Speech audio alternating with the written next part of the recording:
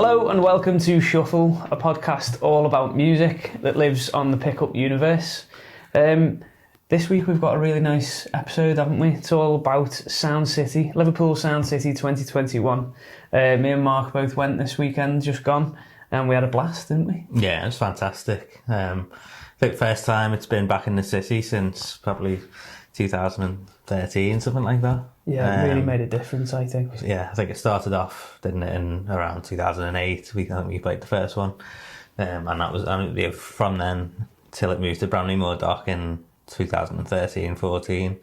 It was all in the city, wasn't it? Yeah. Zanzibar, Art Club, all these. Even like O2 Academy used to get involved. The Crazy House used to have a stage. I played at that once. Yeah, and then it moved to Bramley-Moore Dock, and sort of Sound City's gone through a few different phases of trying to be different things, hasn't it? And yeah, I think when it moved to Bramley-Moore Dock, it was trying to be more like neighbourhood weekend, maybe like a big outdoor festival. Obviously, bigger capacity meant you could attract bigger headliner acts and stuff, and people like Catfish and the Kooks headlined, Coral, those sort of years. But and it was still really good. To be fair, like we went to most of them at Bramley-Moore Dock, I think, didn't we? You worked a couple of things as well, and it was just it was great. But now it's gone back to the city. It just feels like Sound City again. It feels like, I think like my main gripe when it moved to the dock, and they might move it back there again. I don't know whether it was just budgetary constraints or whatever that meant this year it's back in the city, but it feels like Sound City again. Yeah. So like, as I say, my biggest gripe was that it felt like it lost a bit of heart and a bit of soul when it moved to this like big kind of corporate festival. Do you know what I mean? Like it stopped having like being in the shipping forecast in Liverpool. It stopped having that like gritty soul that for me Sound City has. And to have it back in them venues, Leaf was brilliant, wasn't it? The new venue as well, Grand Central Hall, was brilliant. Phenomenal. Jimmy's, which is a new bar in Liverpool, which they are big into live music, aren't they? And it was just really, really great to have it back in the city again. Definitely. And to have that, like, it was Freshers Week. Liverpool game was on. That was on. It was just like, it felt really buzzing in Liverpool again, didn't it? I was going to say, like, obviously we have been over to Liverpool a few times since restrictions lifted for gigs and for nights out and stuff. But, I mean, thankfully, like, the novelty hasn't worn off yet for me anyway. I still feel like I'm on a high every time I go out. But as you say, this weekend just felt extra special. In Liverpool, it was great to actually spend more than a few hours there of an evening. It was like, on the Beaux was like the hub, wasn't it? Because it was like in the middle of all the venues, and such a great street to just walk up and down, and you just always never get bored of it, do you? And like, there's always something new to see every time I go up Beaux Street. So it was just great, just even the in-between bits, walking between the venues and everything, apart from when it was lashing down. But on the whole, it was fairly dry, and it was great. And, but again, as another positive about being in the city, if that was at the Bramley-Moore Dock and it was lashing down, there would be no cover. Like, everyone's just out getting absolutely drenched constantly. So, there was positives in that way as well. So for those of you that might not know, we've just talked for about 5 minutes about a festival called Sound City in Liverpool. It's kind of an industry festival, isn't it? Yeah, it was based on The Great Escape in Brighton, wasn't it? It was like Liverpool's answer to The Great Escape. Really. Yeah, so that was the original industry festival. It's a lot of up-and-coming bands. There's like a few scattered in there that have really took off in the last year or two. There's and they're playing in small venues as well, and it becomes this special I was there moment, doesn't it, for a lot of these kind of things. But it's just nice to be, it's essentially a massive festival of support acts, isn't it? Because we like going to gigs, we like watching the support acts, because it gives you a chance to see what's out there still and keep your finger on the pulse and see, wow, this new band are coming through and all that kind of stuff. But this festival is essentially just that. Yeah, it's a great way of describing it. Actually, if you go through like, headline acts, tour posters, you'll probably see loads of these acts on as support acts for the big touring acts at the moment. And that's similar to The Great Escape as well. It's up and coming acts, isn't it, on the cusp of doing something bigger maybe. And yeah, it was. I really enjoy that type of festival, discovering new music. Yeah. You've been to Great Escape a few times, haven't you?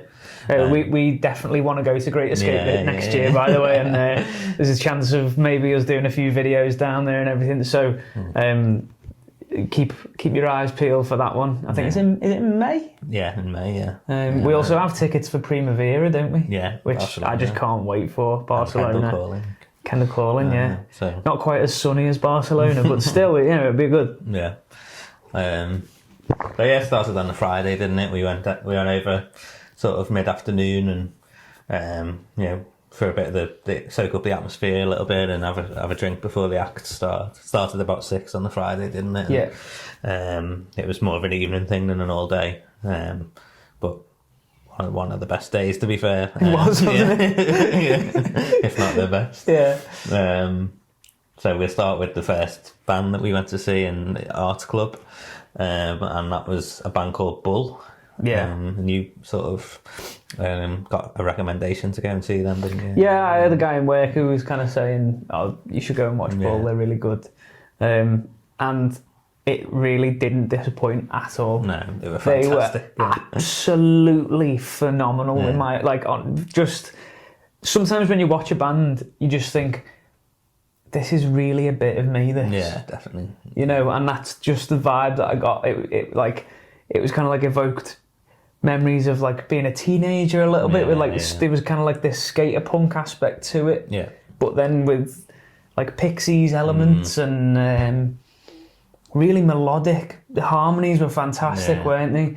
And like so authentic. I think that's one of the things that you get from Bull. And like I've listened to the new record a few times, like since we've seen them this weekend, and a load of stuff online, and it's all just so authentic. Yeah. And it's really refreshing to see a group of people just being themselves. Yeah, definitely. I think we talked a lot about like backing tracks and the way sort of music's going over the weekend, didn't we? And this was one sort of exception to the way modern bands are doing things at the moment, and it was a bit of a throwback to like them mid-noughties days when we were in a band and stuff like that, and going around London and stuff. And this is the type of band that you'd see in like Nambucca or something. Yeah, definitely. And they looked the part, but they weren't trying to look the part. As I say, when I say like authentic, I reckon so. Like they set up, and then the rest of the band went off stage, and the singer stayed on stage, and he just restrung one of his strings on his guitar because it had snapped, possibly in sound check or whatever. That is balmy to me. That's so stress inducing. But literally, he just finished tuning it up. The rest of the band came on, and they started. Yeah, and I was captivated by it. But like the thing is, they've got such brilliant songs on the record that they've released this year. Like there's one called Love Goo, really, really, really good song. In My Bedroom is I think the first song on the record. Amazing song. And I think In My Bedroom it's just like key changing constantly. Like it's brilliant. It's so like it's almost smart and simple at the same time, I love some of the instruments they were pulling out as well. There was a so trombone, many. There was a recorder, there was like some weird clarinet thing. Loads of like primary school classroom pushing like the rain. The Rainmaker or whatever it was, Absolutely class to see, to be fair. And really, really nice people. We had a little word with them afterwards and that, didn't we? Just really lovely people. I think they're based in York. If you get a chance, go and watch them because they're absolutely phenomenal. So the song that we're going to play in now is Bull, and it's called Green. And this was kind of the song that was championed by Sound City, wasn't it? It was on a playlist that Sound City had done, and it seems to be one that's getting the most traction. It's brilliant, so enjoy. Stick it up with his mom. She says, man, he will never run. Oh, I see what you mean, but then the grass is always green, like a bad dream. You're everything I want, you're everything I really need.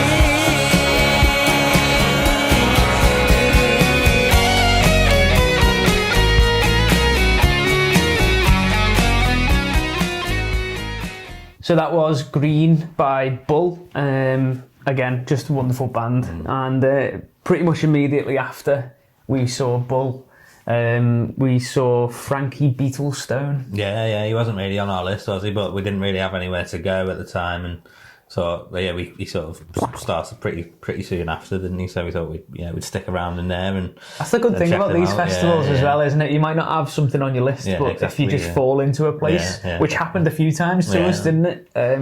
You're going to hear something really interesting, and we did, didn't we? Yeah, he was really good, to be fair. As he had a couple of people backing him up, didn't he? A drummer and a bass player, and then we must have had a backing track with them as well. But a young kid, wasn't he? And he seems to have done really well for himself in the short space of time he's been going. I think he's only got a couple of tracks on YouTube or on Spotify.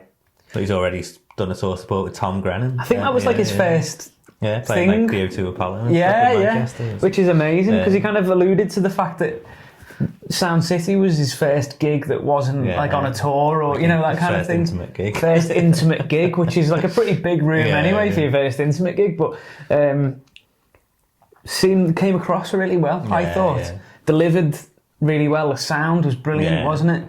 And one great thing about like these first two acts where Beaux were so rough and ready and so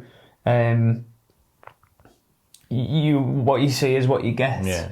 And then there was no backing tracks. It was all fully played by everyone. And then the next band on were so heavily influenced with backing tracks and digital things. It was we mentioned, didn't we? Like, how can you have these two people on the same bill? But it just worked so well in that context, I think. It was kind of like a palate cleanser. As he's sort of a mixture of like rapping and melodic indie type stuff. I sort of likened him to Easy Life at the time, didn't I? It's that similar sort of scene that's cropping up at the moment. Almost like slacker pop. Possibly. Bit more rapping than Easy Life. But still had that thing to it, didn't it? Definitely. Almost jazzy influenced pop, but with like a hip hop thing as well. And there was a lot going on, but it was really enjoyable for what we saw, I think. So this is Frankie Beetlestone, and the song is Sober Again. All this stress got me stress-free. Ready? So you see, I don't need drugs, no drugs, to make me fly, cause all the people in my life have got me high. I don't need drink, no drink, to keep me sane, I fucked up every single cell inside my brain. I'm sober again, I'm sober again.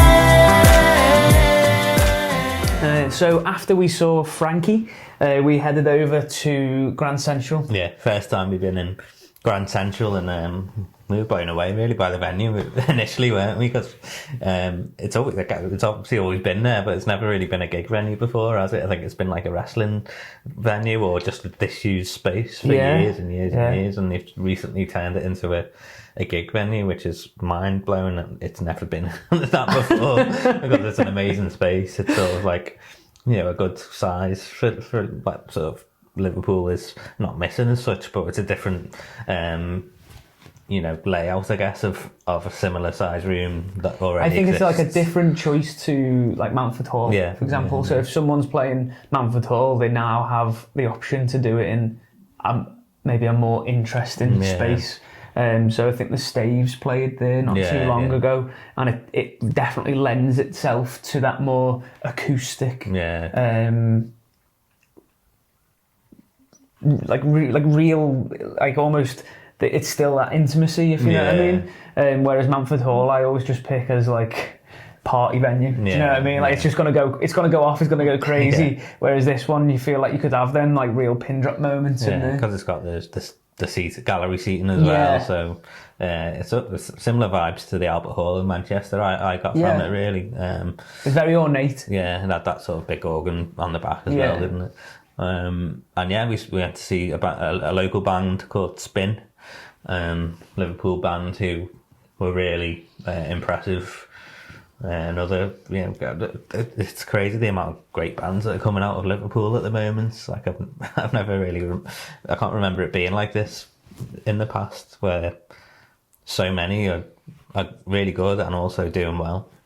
Being recognised, aren't they? Yeah. These were really good. They were really fun from the get-go, and sometimes you need that in a venue like that. You need to kind of like snap everyone into just remembering that you're there to have a laugh, because it is so like awe-inspiring. It's hard to sometimes go like to separate the whole thing, if you know what I mean, and remember that you are there to see like new music and everything. And they just kind of came out and were themselves and played some really, really great songs. I think so. Spinn are kind of electronic indie sort of thing, quite upbeat sort of stuff, isn't it? Just had a really great feel to them, and like jangly guitars and stuff. Kind of like, you know, Johnny Marr-esque guitars, but a little bit more upbeat and funky maybe. Not in the like horrible funk way, but like just had more groove and more bite to everything. The drummer was brilliant. They just came out and again with themselves. Really, really fun way to and kind of announce yourself on that stage, if you know what I mean. The singer was great. And it was funny because he was really, really good for a couple of songs, and the first 2 or 3 songs he played guitar, didn't he? And then he put his guitar down, bang, suddenly he's this other guy, and it was he was dancing and he was kind of commanding the audience, and then he put his guitar on again, and I just thought they need a second guitarist. He was. He needs to be at the front and just doing his own thing and being himself for the whole thing. Get another guitarist. You can't get another you, if you know what I mean. And he was just great. The whole thing was brilliant. I agree with that. And really enjoyed them, and they had great sort of style as well, didn't they? They all looked great. Good stage presence, and as you say, a really good way to announce yourself, your local festival, play in your hometown. And they smashed it. They did, so this is Outside of the Blue, one of our favourite ones by Spinn. And this one is actually filmed in New Brighton. So if you're local, you might recognise some of the shots in the video. That's our hometown, isn't it?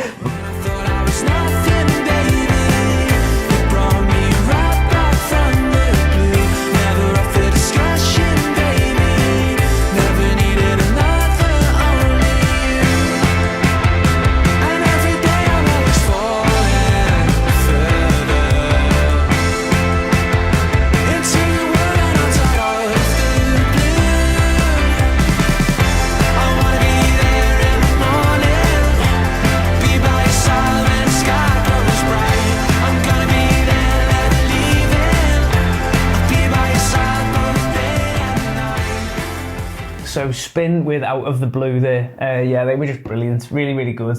And it was just nice to get our feet wet in the Grand Central, in the venue, wasn't it? So after that, we went over to upstairs in Leith, because mainly because we thought we were VIPs. We were VIPs. Well, we'd paid for VIP tickets, but it kind of didn't mean anything once we'd got there, did it? I got one free drink the whole weekend. I think it was like 15 quid extra than a normal ticket. So it was we were constantly on the lookout for the VIP perks, and we kind of got wind that there might be a few drinks in the top of Leith, and by the time we got there they were all gone. So that was a bit of a bust, but the trip wasn't a complete failure. We got to see a wonderful act called Zoe Graham. And I think in the top of Leith on the Friday night you mentioned was a Scottish showcase, wasn't it? They had sort of sponsored stages or curated stages by different companies. So this one was like a Scottish Gig Seeker. Gig Seeker or something. Yeah, that was a Gig Seeker stage, wasn't it? But it was the Scotland showcase, music in Scotland or whatever. And we went to see Zoe Graham, young girl. He'd come down from Glasgow. Yeah. And yeah, she was great. Had a really good voice. It was just her and a guitar and like a drum machine, wasn't it? Like a loop pedal as well. And she, sometimes it can be a bit. Yeah. Like sometimes with the loop pedal thing, I just think I don't want to hear you build the song. I just want to hear it. Thanks. Yeah. I feel like with her, she had stuff programmed in. Well, that's the great thing about when we watch Zoe is that like she almost knows that. Yeah. And she'd loaded their loop pedal with all of the things that she needed, which was just really nice. You were in the song straight away. And they did build, but you didn't have to wait for it to kind of go bass harmony, top harmony, and it was like just really nice to have that like tempo to everything, immediacy almost. And her voice was great, wasn't it? Fantastic voice. Really good songwriter as well. Like, some of it was on the keyboard, some of it was on the guitar, and really personable as well. Yeah, when she was on stage talking to the audience, she was immediately kind of announced herself and just really confident and like nice. We spoke to her a little bit afterwards, didn't we? And she was really, really nice. So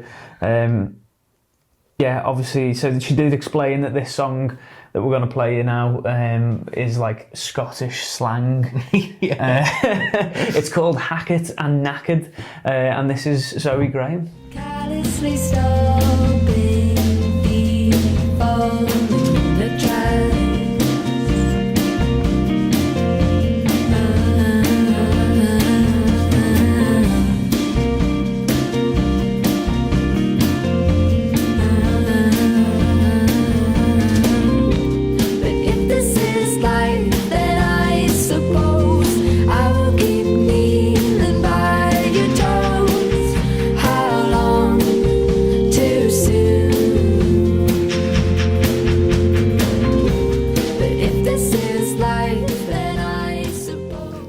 So after we saw Zoe Graham, we headed over to Arts Club again, didn't we? Yeah. To watch a band that you'd seen over lockdown. Yeah, they got a bit of a name for themselves over lockdown by doing 80s versions of like old songs, essentially, or like new songs, sorry. I think the main one they did was Wonderwall, and that got on like Good Morning Britain and stuff like that. It was a bit mad, but yeah.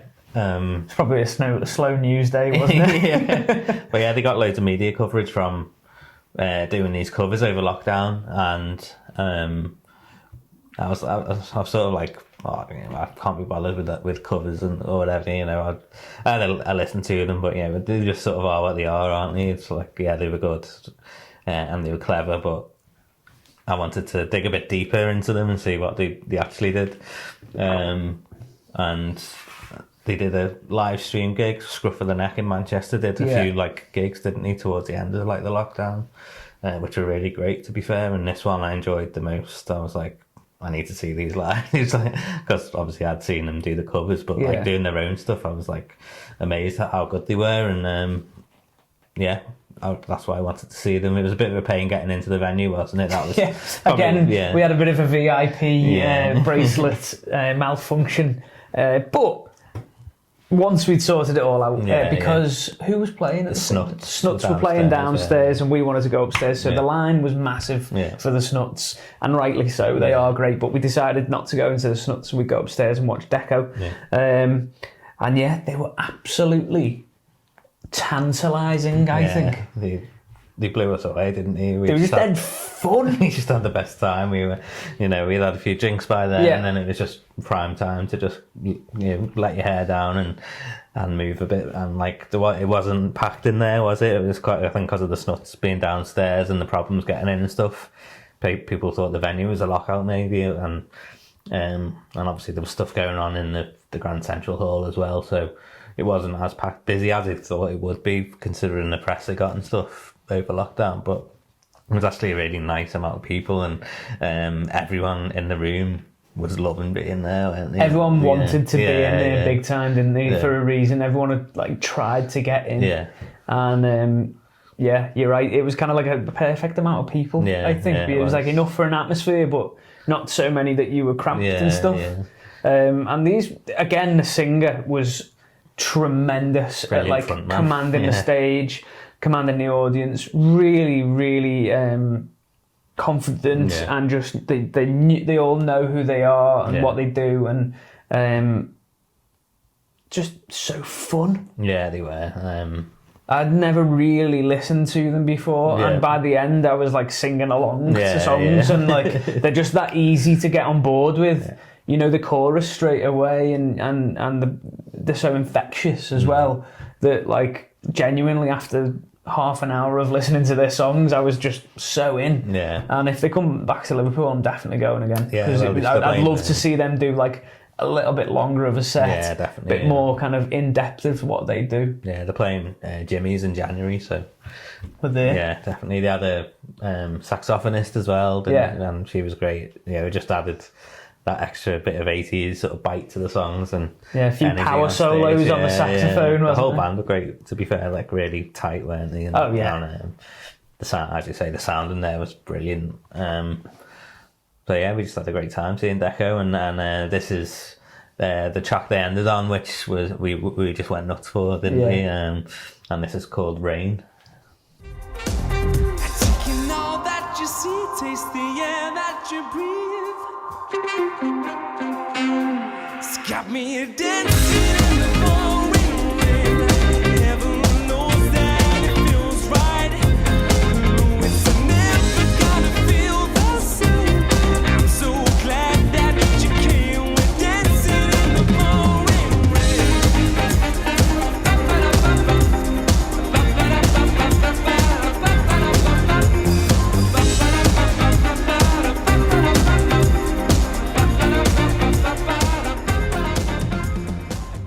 So after Deco, we're kind of at the end of the night, aren't we? Yeah, thinking of going home. Home, and we think, one more drink maybe. Yeah, as we're walking to the train down station. Beaux Street, weren't we? And then we heard, because you could hear the band coming out of Leaf when you're outside. And we thought, that sounds really good. Yeah. And we were like, yeah, go on then, we'll check them out. Yeah, and this band are called the Vegan Leather, and we walked in. And we had a great time, didn't we? Yeah, it was great. We were kind of like right at the back, but we could hear it perfectly. The sound was great. And these were just really like interesting. They're one of them bands that, we just had like this is really cool. Yeah, these were part of the Scottish showcase as well. These were the headliners, weren't they? So these had come down from Scotland as well. Have you ever had it where you listen to a band and you think, I can't pigeonhole that band? Yeah, definitely.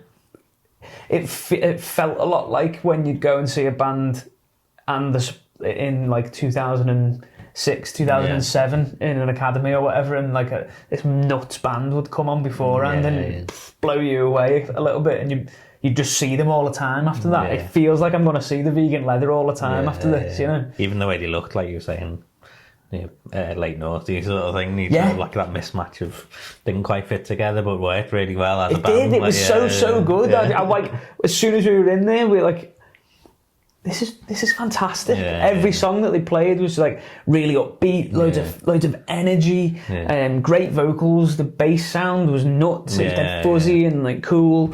Just nice tempos, nice grooves, and just great songs. Yeah, very much indie pop.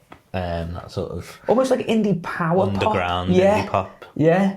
Underground's a very good way of describing it, I think. And so this is the Vegan Leather with a song called Glammy. Gloaming. Can't read my handwriting, but gloaming. Gloaming is what I was meant to say. Yeah.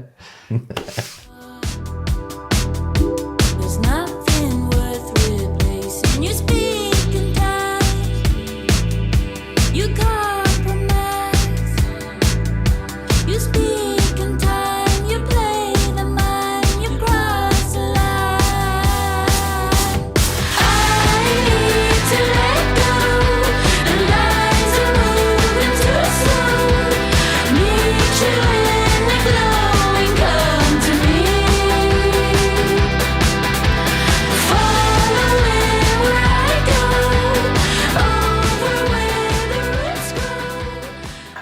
So that was Friday. Yeah. And woke up Saturday. I was feeling a little bit worse for wear because we did have a few drinks on the Friday night.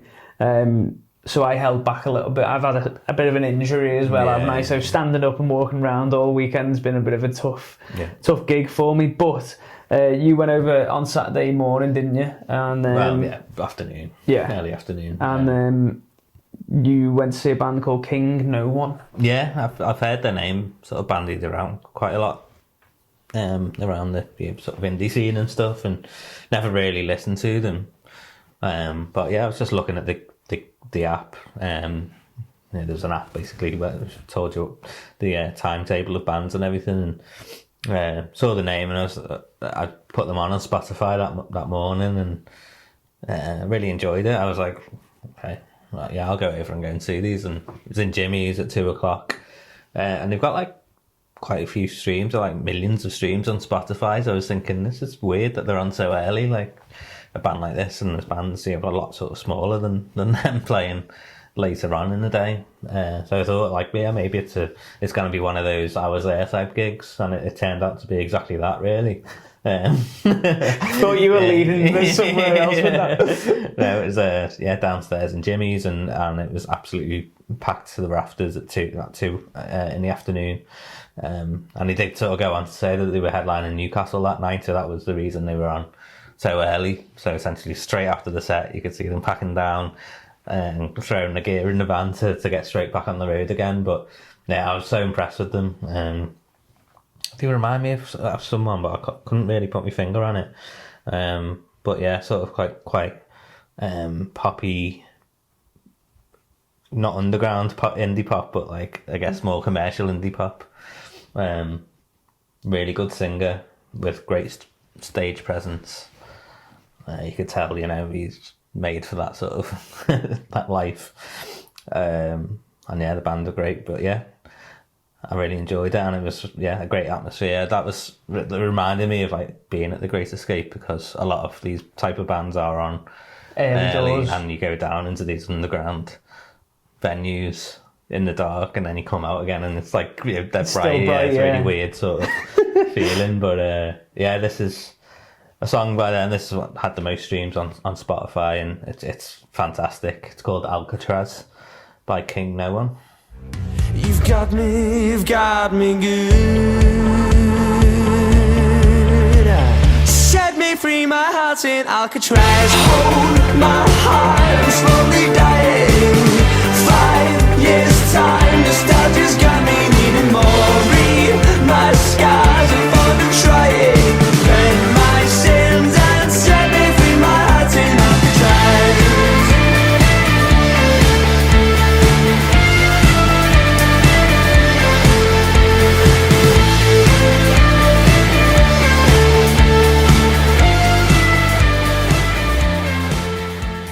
So that was King No One with a song called Alcatraz, and pretty much after this is when I came over to Liverpool, and this was the main event for us, really, wasn't it? This was our headliner for the Saturday, really, wasn't it? Yeah, this was kind of what our weekend centred around, if you know what I mean. We were really lucky. We got into Leaf again. I thought we were going to be waiting for a long time in the rain to get into this show, but we were really lucky. We kind of just went straight in. We timed it right, didn't we? And lottery winners came on, and it was phenomenal. Yeah, it was just perfect. Yeah, definitely. It was. I think it was the only gig all weekend which was a lockout. Apparently. Oh yeah, they had to close the doors, didn't they? Yeah. So, and I was saying to you, wasn't I? Usually gigs in Leaf are a bit more chilled, laid back, that kind of thing. So I'd never seen that room with that many people in before. Didn't really know how many people it could hold, and it felt like Mountford Hall or something all of a sudden, didn't it? It was like, oh wow, this is amazing. It went a bit rowdy, didn't it? Yeah. And it went rowdy instantly. Yeah. And then obviously the singer came on and was himself. Yeah. He's just perfect as a frontman. Yeah, he's unbelievable. He's so good. And whip the crowd up even more. The way he can really like stoke a fire. Yeah, I know. Was so impressive, and just had everyone eating out the palm of his hand.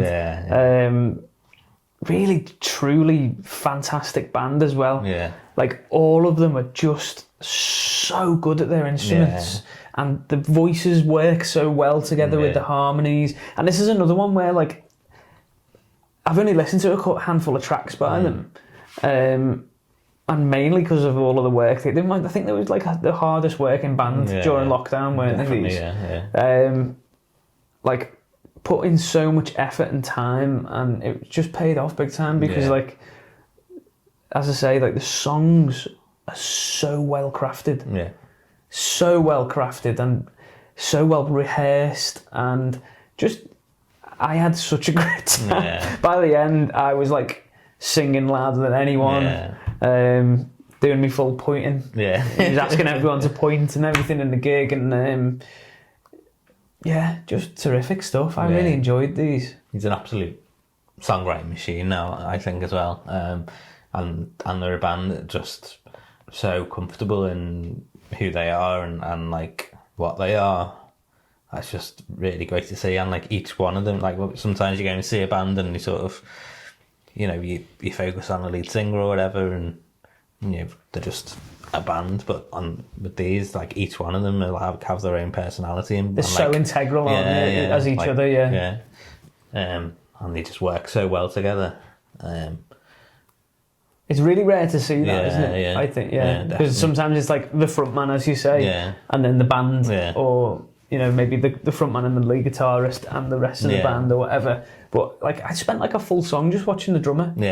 I was just like mesmerised by how good he was, really, and the guitarist was class as well, and the bassist's amazing. Her voice is so lovely in it, isn't it? So definitely going to go try and catch them again.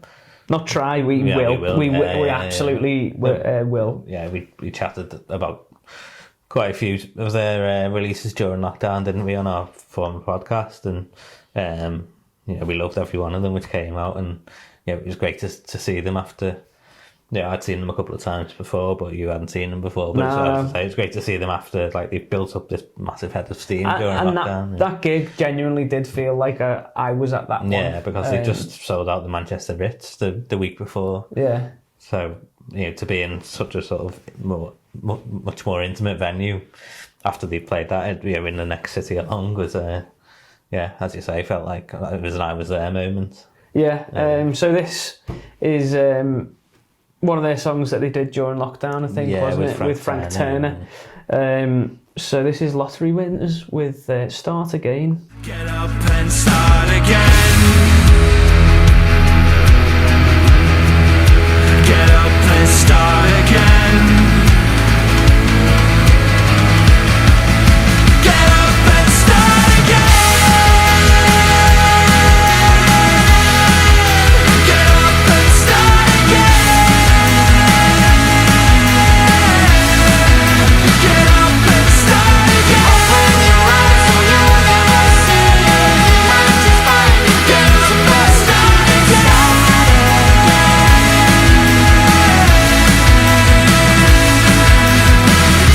You lost it all. I think you lost your mind. Lottery Winners finished. We dusted ourselves off. Yeah. And went up to Grand Central again, didn't we? A band called Monks. We'd not really listened to them before, had we? But I think maybe they were decent on the playlist, so we had them on our list, didn't we? So so we go and check them out because there wasn't really anything else going on around that time. Grand Central. They were probably, after the Lottery Winners being so good, it was a bit more of a disappointment's a strong word, but it was just not really our vibe, was it? No, and I think it was one of them where, as you say, the Lottery Winners were so phenomenal. Yeah. And they're such an accomplished band. Yeah. Monks are very young, and I think that they maybe don't know exactly who they are yet. Yeah. And like as you said, lottery winners in comparison, and you can't help but compare when you're in that situation, you know. And it did just feel like the energy on our weekend dropped a little bit when we saw them. It felt a little bit flat in the room when we were in there a little bit, and it just wasn't my thing, if you know what I mean. I think you got it spot on, because like in theory we should be enjoying what they were doing, but you just turned to me and said there's something missing, and that was spot on. You know, I think there was just something, I don't know, the singer maybe, or the lack of energy. As you say, it was hard to pinpoint that there was something missing. Yeah, and I think I've thought to myself since then that if possibly they were in a smaller room, would it have been different? Yeah, and I think it so. would have been different. I think so. I think maybe that was partly the festival's slip up. I think so. Yeah. And don't be wrong, they're obviously a good band. Yeah. There was just, as I say, there was just that thing that was in the last room that we were in. Yeah. It wasn't in this room in the air. Yeah. And so, just we kind of left early, didn't we? Yeah. We moved on then. Sort of alluding to what we were talking about before with Bull being like, you know, the exception of like just raw, no backing tracks. These had, like, for a young band, the gear they had was unbelievable. Wasn't it? They had like mad synths. They had obviously the backing tracks going on, and synth bass and stuff. Yeah, and like the guitars they had and everything. Fair play to them for getting them, because you know there was some money on that stage, wasn't there? You know, and like there was kind of that thing of maybe style over substance a little bit. It's nice to see a band building up to that rather than just coming straight out with stuff like that, isn't it? Yeah. I don't know the history. They might have been around for quite a few years anyway. I'm not sure. But obviously it's the first time we saw them, and he seemed like a sort of newish band, didn't he? So, but yeah, they weren't bad. It just wasn't our cup of tea. People need to start enjoying themselves. We're only on here for a certain amount of time. You didn't mean it. You didn't want to try. You didn't want to say goodbye. And so always try yourself. In the end, I swear. Yeah, so always try yourself. In the end, I swear. So as you say, we left early, and then there was a young lad called Beaux, Beaux, who was next on our list in shipping forecast. So we scurried over there, and it was good, but I think there's again technology. Technology let this one down again, and not just from the sound point of view, because the sound really wasn't amazing. And that it's annoying, that, isn't it? Because I feel like it's something that really doesn't need to happen. Like when there's, I think he brought his own sound engineer, and when you're in the shipping forecast in Liverpool, it's a notoriously difficult room. It's just a concrete box. And so, you know, just leave it to the guy who works in there every night. But obviously they had a lot of technology on stage, and they obviously felt more comfortable leaving it with their own sound guy.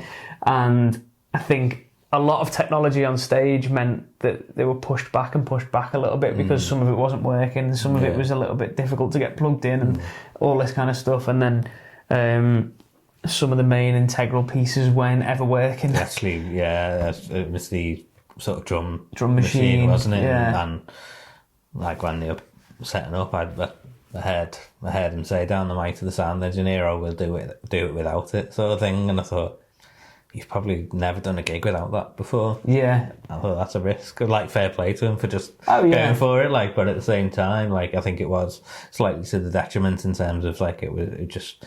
Like, from what we heard on Spotify to hearing it live, it just didn't translate as well. So he plays like a really over, like a overproduced sounds like a bad thing. It's not a bad thing. No, It's kind of almost a genre now, isn't it?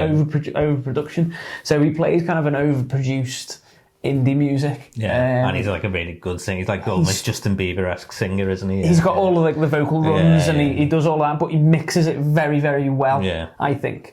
And what we heard on Spotify was really exciting, and he is really exciting. Yeah. He's very good. Yeah. And we kind of said, he should be doing this with just a backing track. Yeah, definitely. So, you know, that would have just negated every problem that he had. Yeah. And it would have just been, bang, I'm here, I'm playing, enjoy my songs. And I think for that kind of thing, where you've got like 30 minutes, you're in, you're out, you're off to something else. Yeah. Just do it dead simple. Yeah, exactly. There was just too much stuff that could have gone wrong, and then stuff went wrong. Yeah. And it kind of just put a little dampener on it a little bit. It was to the detriment of the overall sound, wasn't it? Because yes, me and you were saying, like, we were chatting to each other and we weren't even raising our voices. Usually in the shipping forecast, you've got to like shout down each other's ears to know what we're saying, but we weren't even, you know, raising our voices at all, and we could hear clearly what we were saying. So it was a weird sort of. So it was a little bit disappointing from like a technology standpoint. Whereas like you can tell that he's a really gifted songwriter. Yeah. He's a good performer. Yeah. And I was just a little bit. Yeah, I'd like to see him again. You know, in a different venue. But yeah, this is a song called "What's the Point?" This is the one that we listened to on Spotify, wasn't it? Which it's a got banger. us excited. It's true banger. This one. Yeah. So enjoy, Beaux. What's the point? Taking long bus, I tend to have a shower, but with all this time, I'd rather make it last. All this waiting, change the pace, it's quite frustrating. Saving facing, email chasing, stays the same. I'm glad we have time to spend. So what's the point? Don't wanna go back again. Use that voice, tell me more about your friends. Got no choice, can't tell when this is gonna end. Can't avoid it, so why don't we just pretend? I will be right with you next time. It's 3:30. So next we went up again to Grand Central. Grand We Central. were like rattling back and forward, weren't we? But this was someone that was on your list, really, wasn't it? Yeah, it was Jamie Webster, who's, if you don't know, he's a local lad, and he gained fame, I guess, from doing Liverpool songs, didn't he? Like, and before Liverpool games and the European nights, he'd go over to the Champions League finals and perform in the fan parks there.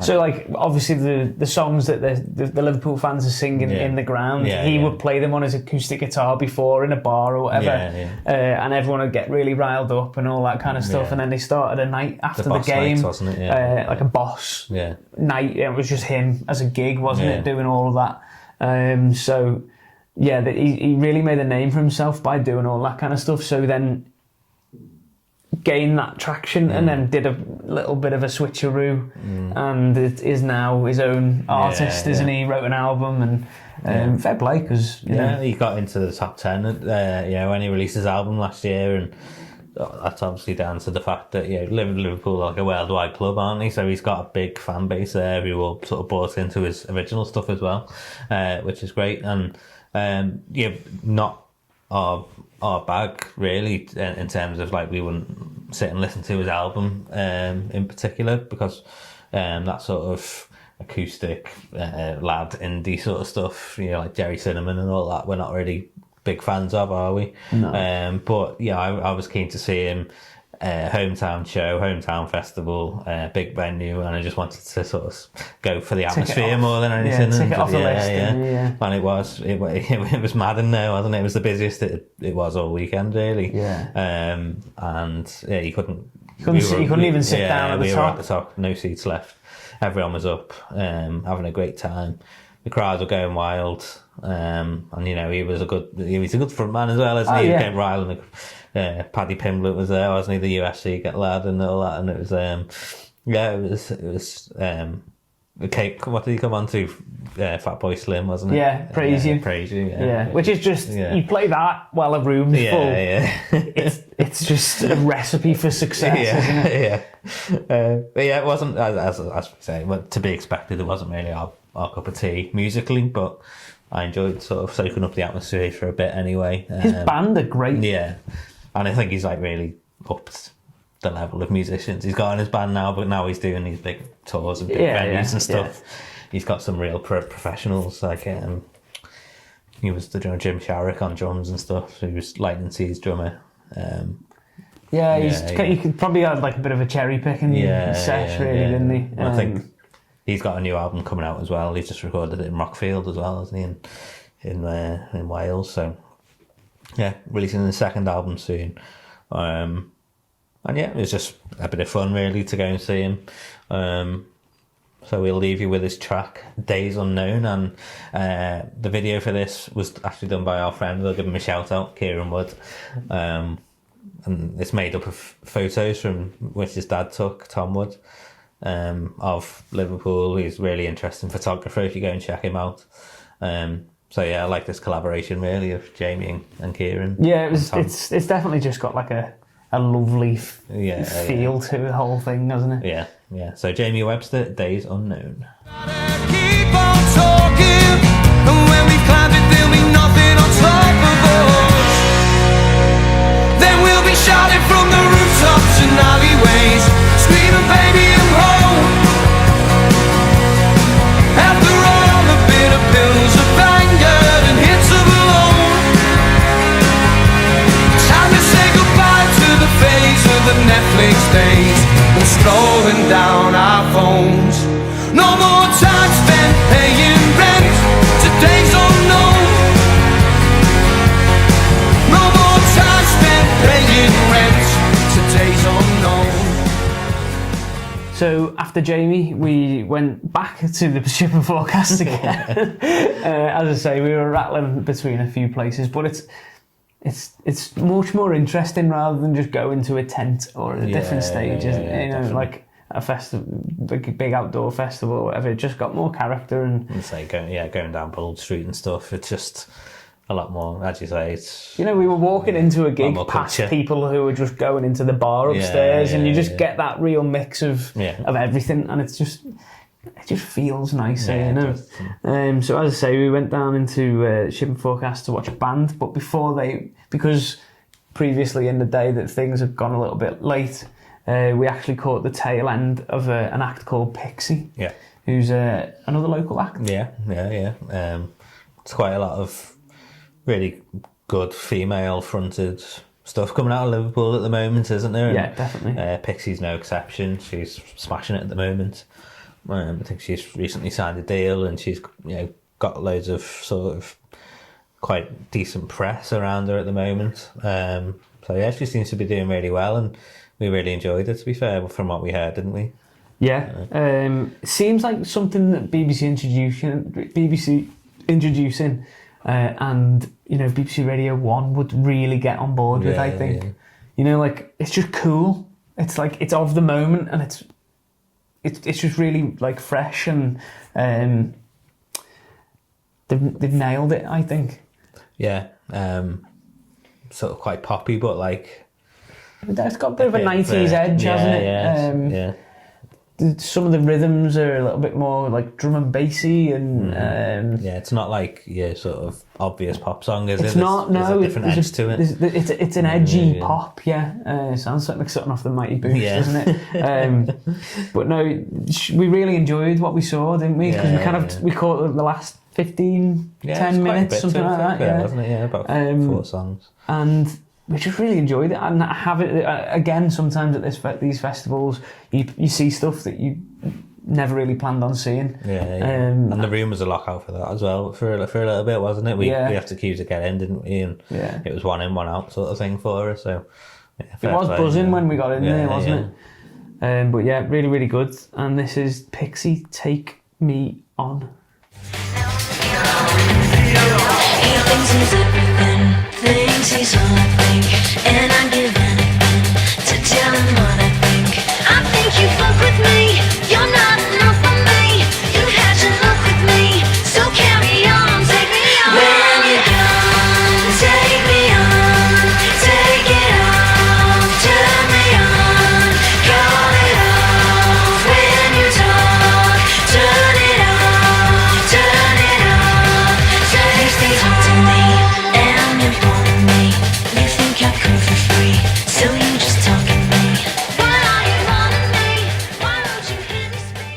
yeah, fantastic song that, isn't it? Yeah, I really enjoyed that. The reason why we were down in the shipping forecast for Pixey was because our friend's band were playing called SPQR, and they're just amazing. So Pixey finishes, SPQR go on, everything just... Saturday is a win for me. Yeah. You've seen them a few times, haven't you? But this is the first time that I've seen them live, and I was so excited to see them because I've been listening to them for a few months after you'd sort of recommended them, and they've been releasing a couple of things as well, haven't they? And really sort of caught my attention. And yeah, absolutely fantastic band. Really enjoyed it. Again, I feel like there's a theme here where, like, when people know who they are and what they're about, it just, there's such an authenticity and a resonance with a crowd that you can't get otherwise. You know, they're a very original band as well, aren't they? Like quite unique. They're unique. Pete, the singer, his voice is just so commanding, and you just can't help but be sucked in and drawn in by everything that they're doing. You know, the stage presence that they've all got is really terrific. Yeah. And the songs they've got, as you say, they're really interesting. 1 minute you'd be listening to like a avant-garde kind of math rock rock sort of thing, and then it'll just flip and it'll be this really beautiful melodic almost indie ballad, or and then it'll flip again and it'll be a mad guitar solo or something like that. But it all just makes so much sense if they've created this like musical universe where they can go anywhere in this universe, and it makes so much sense. Yeah, definitely. And the songs that we're going to play, Fault Lines, that was like the first time I'd heard them properly, I think, and I didn't realise it was them. I think it must have come on like a Spotify recommendation thing, and I thought this must be like an arena band or something. When I heard it, I was like, and quickly became one of my like favourite songs of the year sort of thing after it was released, because as you say, the chorus is just so like melodic and powerful. Just really resonated with me, and I was dead excited to see that live, and they played that last, didn't they? It was brilliant, absolutely went off. And they might also be like the most polite, nice band in the world as well. They're all just wonderful people. So again, this is SPQR Fault Lines. I really hope you enjoy it because we love this band, and we had a great time watching them on Saturday, didn't we? Yeah.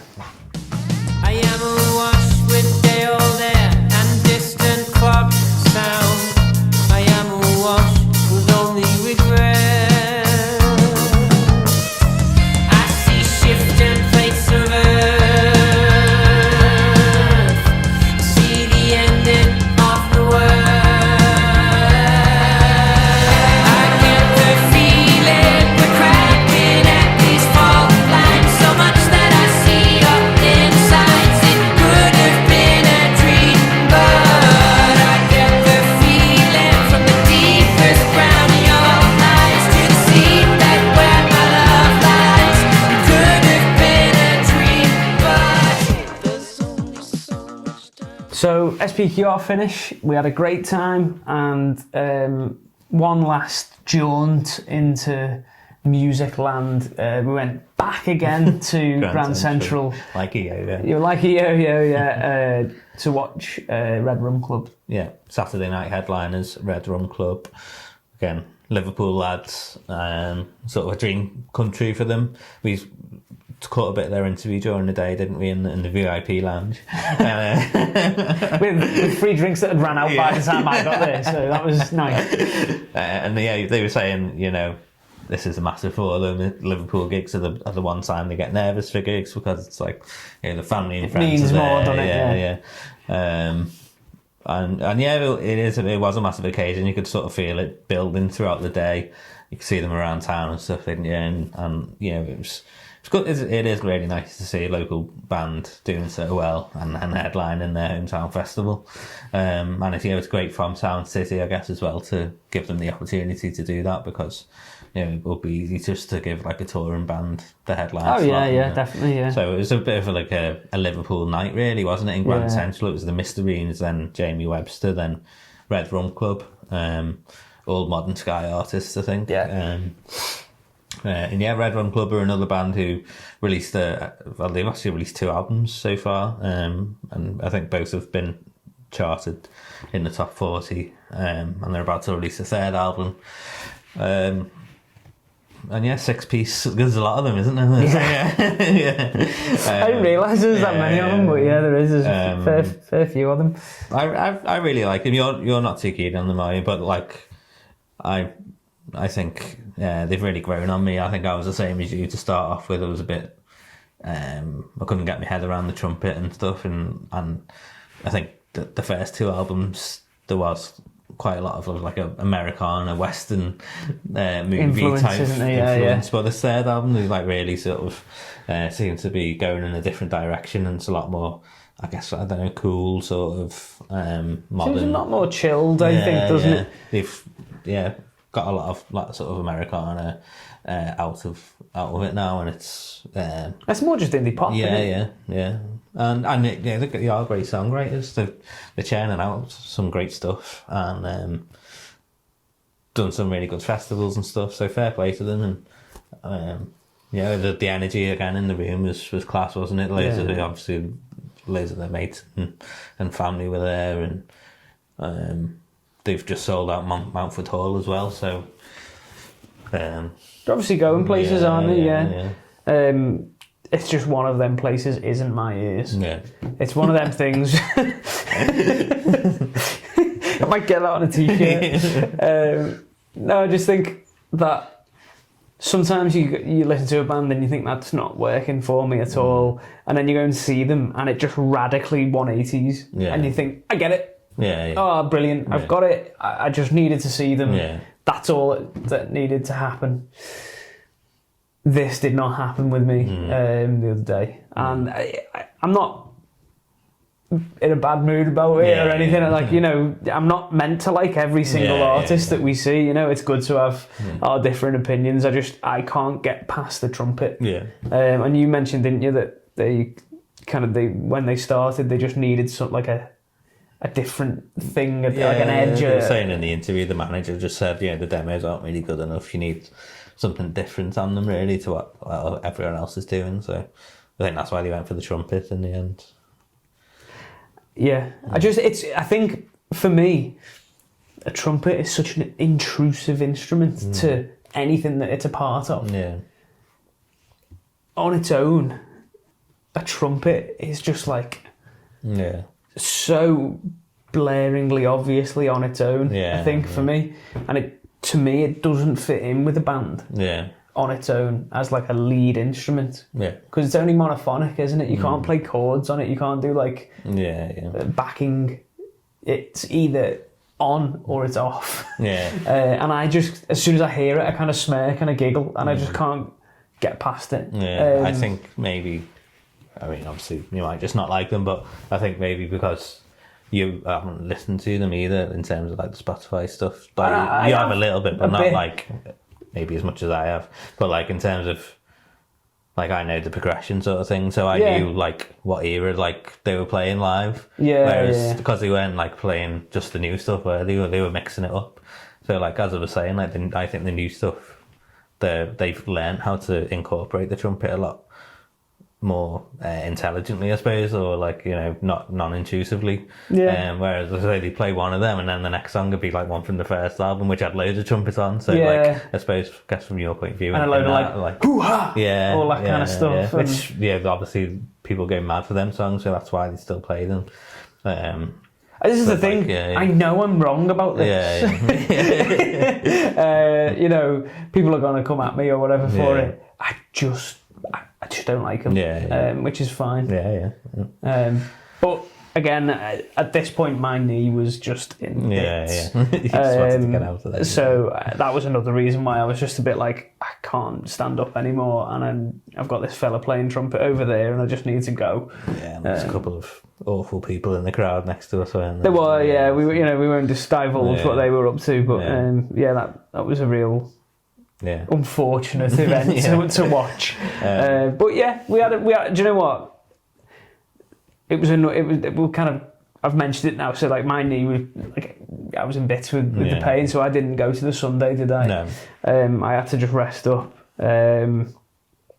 But that was kind of the end of my festival. Yeah. And I was so happy with it. Yeah. I didn't feel like I'd missed out on anything. Yeah. I'd only gained experiences. Yeah, definitely. We'd had the night where we got really drunk. We'd had the night where we kind of just chilled and had a nice experience. And the festival, maybe there was some organisational things that could have gone better from the festival's point of view, but they were trying, and they did a really, really good job for the most part, and it was just a great weekend for me. Yeah.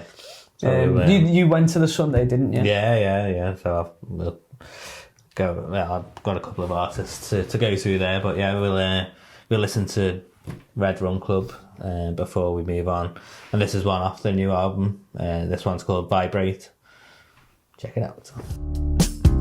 Undressed as I try my best to mute the television set, consequences and regret, conversations I forget, half-smoked cigarettes, swimming in a red cup. Sun's coming up, one night with you was never enough. I'm sorry that I missed your call, I lost my phone and it was on vibrate.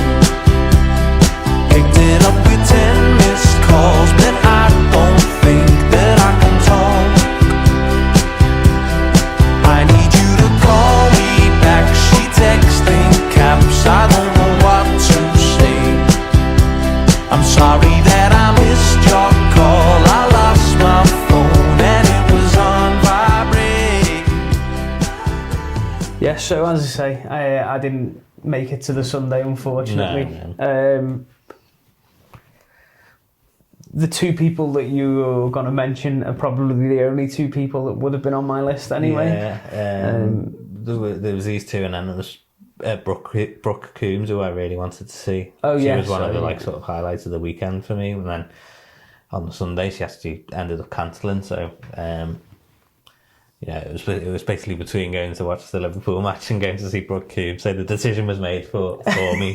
No. Thankfully. So I had a great time in Pogues, to be fair, watching the Liverpool match with a couple of friends. So that took up most of the day. So I wasn't really hammering the festival that day, to be fair.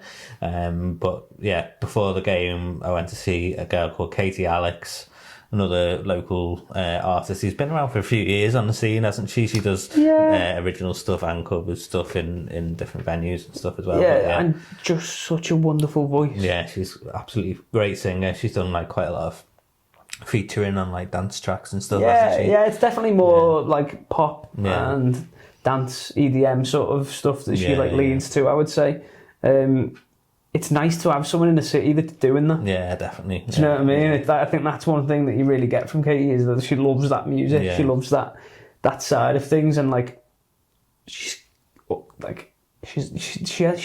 have one really good feature and be the person that people go to for it. Yeah. But she writes her own stuff, which is class.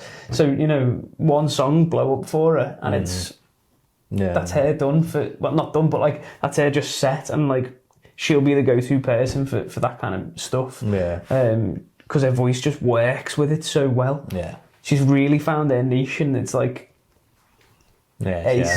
And this was in the Casimir stock room, so it's the first time I've been in there over the weekend. It's a tiny room. It is, isn't it? 50 people you can get in there. And she was just doing everything acoustic. It was just her and an acoustic. Yeah. Obviously the stuff she's got on SoundCloud and Spotify is more produced, isn't it? As you say, dancey type poppy stuff.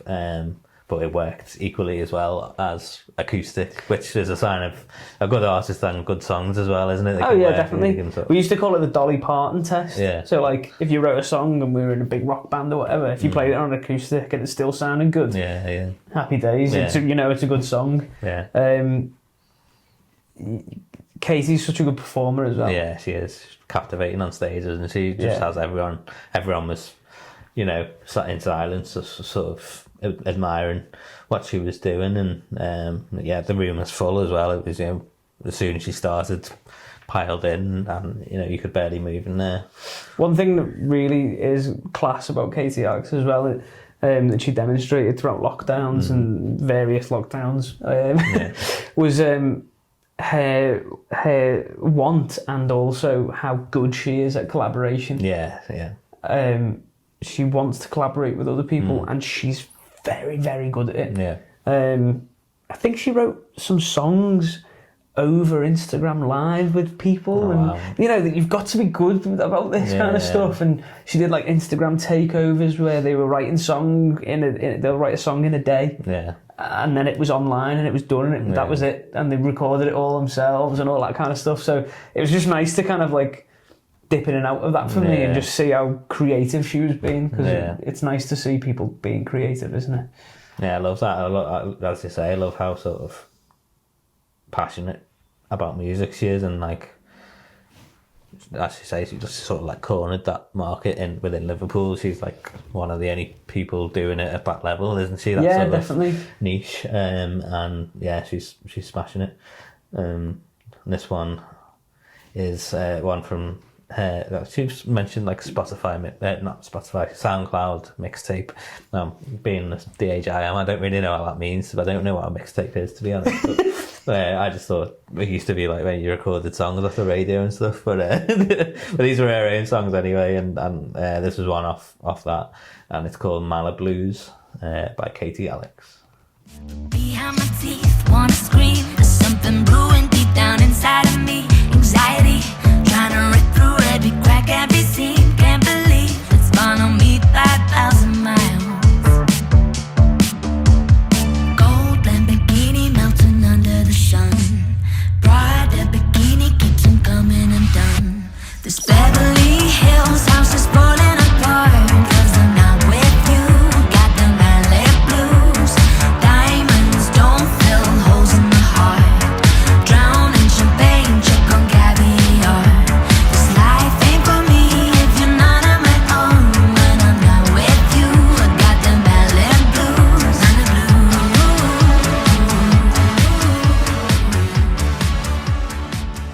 Yeah, brilliant song by Katy there, and these are the other people that I would have gone to see on the Sunday if I was there. Yeah. And it's the Lathums, who are just ploughing through like the steps to become a festival, a proper festival headline act, aren't they? They're just taking the indie world by storm, it seems, at the moment.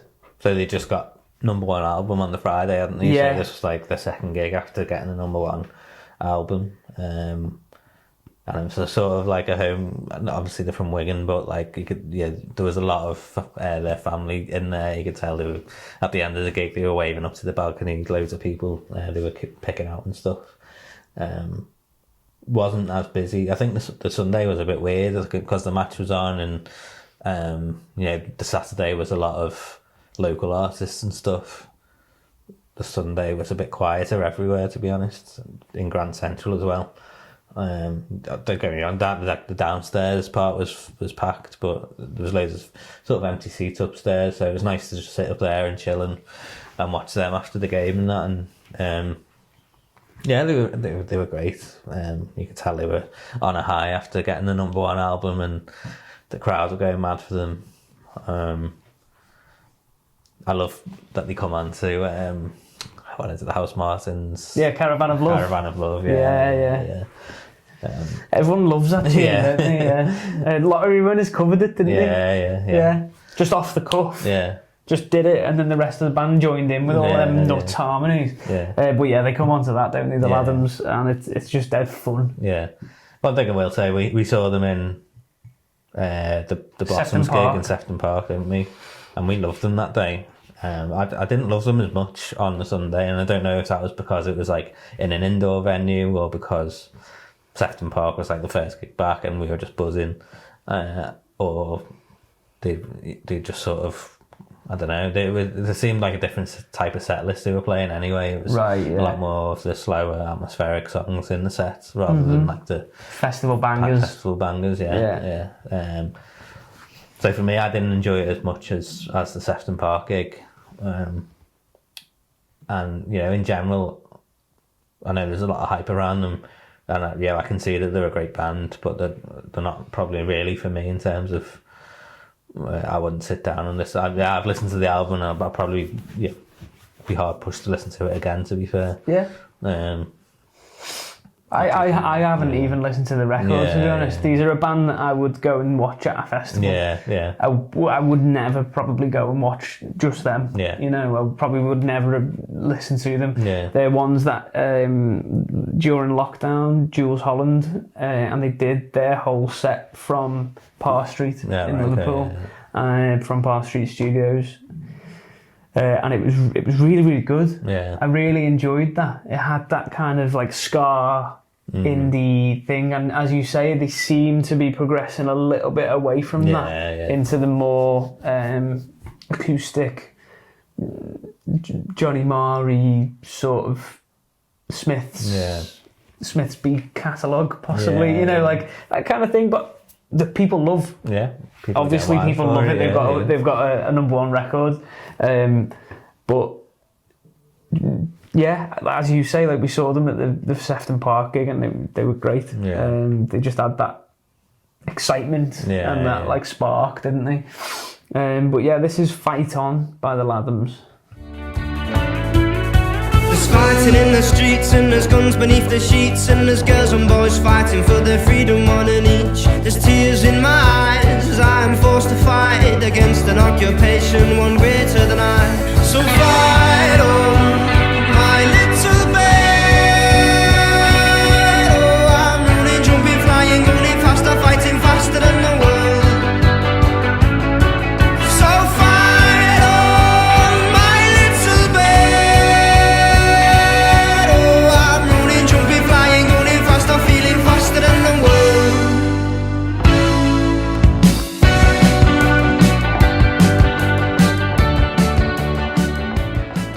So there we have it. That was our roundup of Sound City 2021 in Liverpool.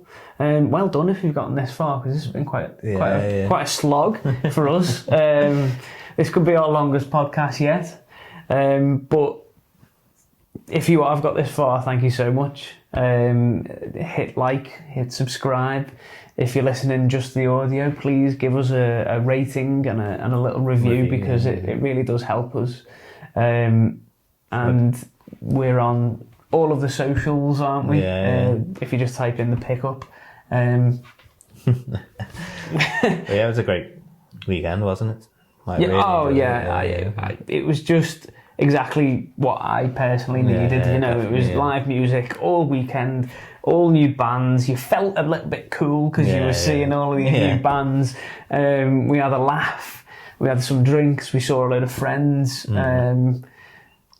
Brilliant. Yeah, as you say, you know, there was a couple of organisational things which, you know, made us a little bit frustrated at the time, but it absolutely didn't ruin anything for us. Like we had a great time, and fair play to Sound City. You know, it's been like a difficult couple of years where they had to cancel one, and then this was the postponed edition of 21, wasn't it? It was meant to be in May, so sort of a year and a half they've had off, and they've obviously lost out on a lot of stuff and a lot of lineup and a lot of probably money and stuff. So to pull the festival together like they did, fair play, hats off to them. We had a great time, and I think everyone who went had a great time as well. We chatted to a few strangers and stuff, didn't we? In our fair share.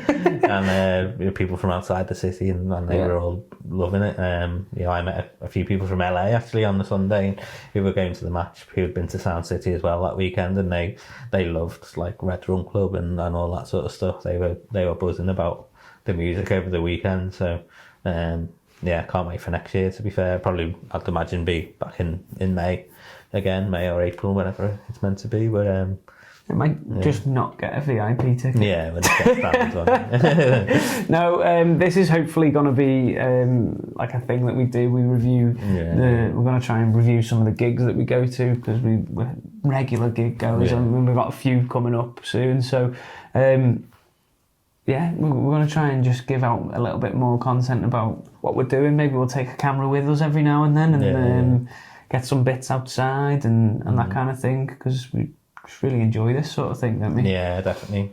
But one thing I did sort of want to touch on, sort of relating to the Lathums, I saw a tweet actually from a London band, the Rhythm Method, who they're quite vocal. I don't know if you follow them on Twitter, but they're quite vocal in terms of like they just tweet out what they're thinking and what they think of bands and stuff, and they put a tweet out which made me think, actually, like they said about like the Lathums getting number one. London bands don't really have that phenomenon happen to them, because it's usually northern bands, isn't it, with these cult followings. Yeah. You think there is a sort of like thing going on at the moment where like there's a lot of these like northern towns who have a champion in their bands, and it's getting them to number one, getting them to big festival stages, and sort of like the industry's moving out of London in that way, in that sense, do you think? Definitely. Yeah. I think in the same way that a lot of industries have moved out of London, like that has massively happened. I think, like maybe the music industry dismissed the hometown advantage over the last 20 years. And then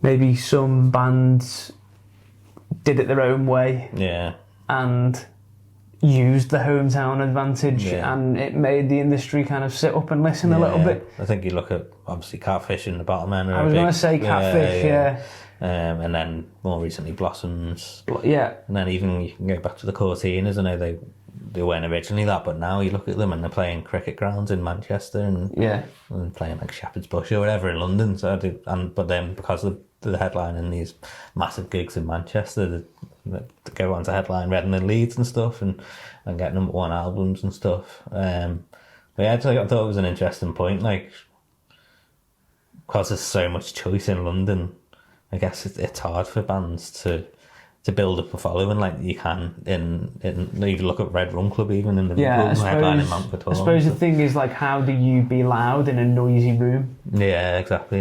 And the answer is you can't. Yeah. You just add to the noise. And we've always thought about that about London, really, haven't we? Like, London's just tough. Yeah. And I don't think anyone ever actually comes out of London. No, and I suppose like we've just missed a massive one as well in Arctic Monkeys. Like that was probably like the original Northern Town success story, wasn't it? But I know what you mean. I think it's probably harder for bands to come out of London. Maybe the industry being in London maybe relates more to like pop artists who can get the sales and they put money into marketing, whereas if you're in a band, come to Liverpool or something like Modern Sky, and smashing it, the record label there. And do you think everything aren't from Manchester, but they're a Manchester band? Do you think that was a really smart move by them? Maybe that they I know they went to college and they met in Manchester and everything, and they did start in Manchester, but they're not a Manchester band, are they? But when we've seen them in Manchester, it goes off like a hometown show, I think. It does, definitely. And they're definitely almost like adopted into the city. So maybe that's a real phenomenon that we're going to kind of live with over the next however long. Yeah, I mean, Sam Fender possibly as well. Yeah. Using that hometown advantage and another northern lad, which is nice to see. The Snuts. Yeah. They did well on the charts, didn't they? When they got to number one as well. Yeah. So, Jerry Cinnamon, that sort of. Wow, this is this is becoming proven fact rather than a But so if you're in a band, just stay at home. Never go anywhere. Don't do anything. Play in the pub down the road loads. We had a great time. We had a really, really great time at the festival. We've got a few more planned for next year, and just gigs in general, but we're gonna do some more shuffle episodes, just normal ones, just talking about new music coming out, because loads of new music keeps coming. It's the topic that is just gonna carry on feeding, isn't it? Yeah. Because we just can't keep up with the amount of music that has come out. So yeah, keep your eyes peeled for some more episodes of Shuffle and just more podcasts from the Pickup in general. We do our 10-minute tea breaks, don't we? Yeah. And we've got the Pickup, which is our main podcast. And we're going to try and get some interviews done as well, aren't we? Yeah. So yeah, if you haven't already, please subscribe, leave us a review, a nice one. And yeah, just have a really great time. Hit shuffle next time you're on Spotify or iTunes or whatever. See what comes up. See you later.